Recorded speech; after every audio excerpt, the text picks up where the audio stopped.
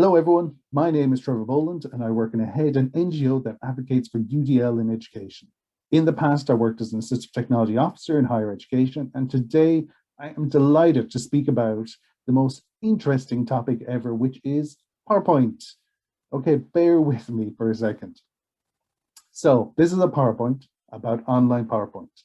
I've gone a little bit meta today, but when you think of PowerPoint, you may not immediately think of a digital revolution and transformation, but PowerPoint has been part of and is part of a digital transformation, as it has properties that contribute to the quality of life of students with disabilities.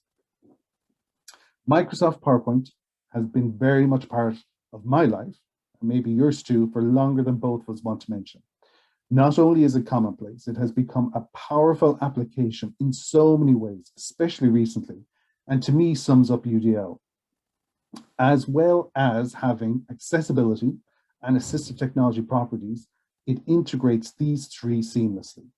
When we look at the possibilities of online PowerPoint through a UDL lens, we can find that assistive technology and accessibility are very much part of PowerPoint's strengths to empower the educator and the learner.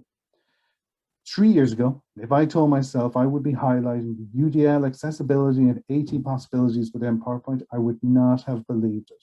But this is a sign of how inclusive technology is transforming so quickly. So in this slide, I'm just going to make a few points about PowerPoint to set the scene. So it's been a consistent digital staple in our personal and education and work lives for decades. So we're all really familiar with it in all facets of our life. A functional tool used internationally. So international students or students who've moved to Ireland, they're already familiar with it, and for all age groups and backgrounds. So anyone with any kind of digital experience, from low digital experience to high digital experience, would have heard of PowerPoint. Its appearance, interface has changed very little. So if you haven't used it for a long time, it's easy to get back into again. PowerPoint can be accessible.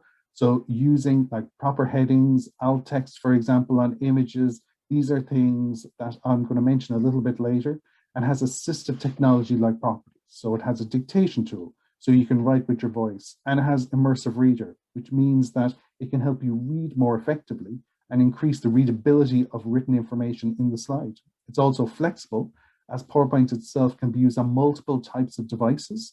So it can be used on the go or as you're sitting down at a desk. It also caters for group work, so we can share our online presentations and work together collaboratively on PowerPoint. And of course, PowerPoint can be converted into a video as well. So it's super flexible. UDL, so if you are new to this mindset, is a scientifically valid framework for guiding educational practice that provides flexibility in the ways information is presented and in the way students respond and demonstrate knowledge and skills. And UDL reduces barriers in instruction, provides appropriate supports, and maintains high achievement expectations for all students, including students with disabilities. And these three principles sum up UDL. So engagement, which can be seen in PowerPoint through the inbuilt help within PowerPoint itself. We can collaborate, so we can work together and share knowledge when we're doing a PowerPoint together. And presenter coach, which is a feature within PowerPoint, which also kind of helps you practice your presentation and give you feedback on it so you can improve. In terms of representation, we can have written information, we can include videos, we can make infographics, we can make it really dynamic as well in terms of how information like charts is laid out, and also we can add automatic captions as we present and include a transcript at the end in the way we present PowerPoint. Then in the third principle, action and expression, assistive technology has a place in terms of dictation, because how we create the information within it involves this dictation tool. It has spelling and grammar, so to help us kind of accurately portray the information and how we communicate that information. Also, it allows us to embed videos that we may have made ourselves and put those into PowerPoint itself. And of course, as I mentioned already, it can be converted into a video. So you can create new medias from this media itself. So highly flexible. So when it comes to technology, this quote from the World Health Organization, to me, sums up assistive technology and how it enables people to live healthy, productive, independent, and dignified lives, and to participate in education as well as the labour market and civic market. This complements universal design, especially the branch that focuses on education, as UDL has similar goals to AT, including overcoming access barriers, participation, and also helps the progress of students with disabilities. These words came from this amazing article called AT and UDL for Learning, Two Sides of the Same Coin, and well worth a read. And I found it inspirational in terms of this point about AT and UDL. And of course, to note that assistive technology is also a checkpoint within the UDL framework itself. So this term, built-in and bolt-on, has been in education language for many years.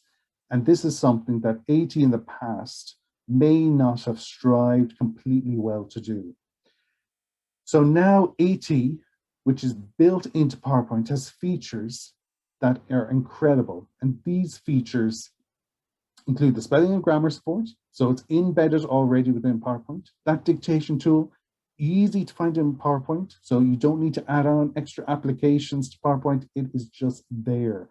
An immersive reader, again, no need for bolt-on and assistive technology to help you read more effectively. Immersive reader is there. You can use it whenever you want. Incredible. That is such a giant leap forward for assistive technology properties within applications. I cannot express that enough in terms of how amazing these kind of AT tools now are becoming within applications. Because even as far as 5 years ago, or definitely 10 years ago, this was not the case. And this progress is really changing people's lives.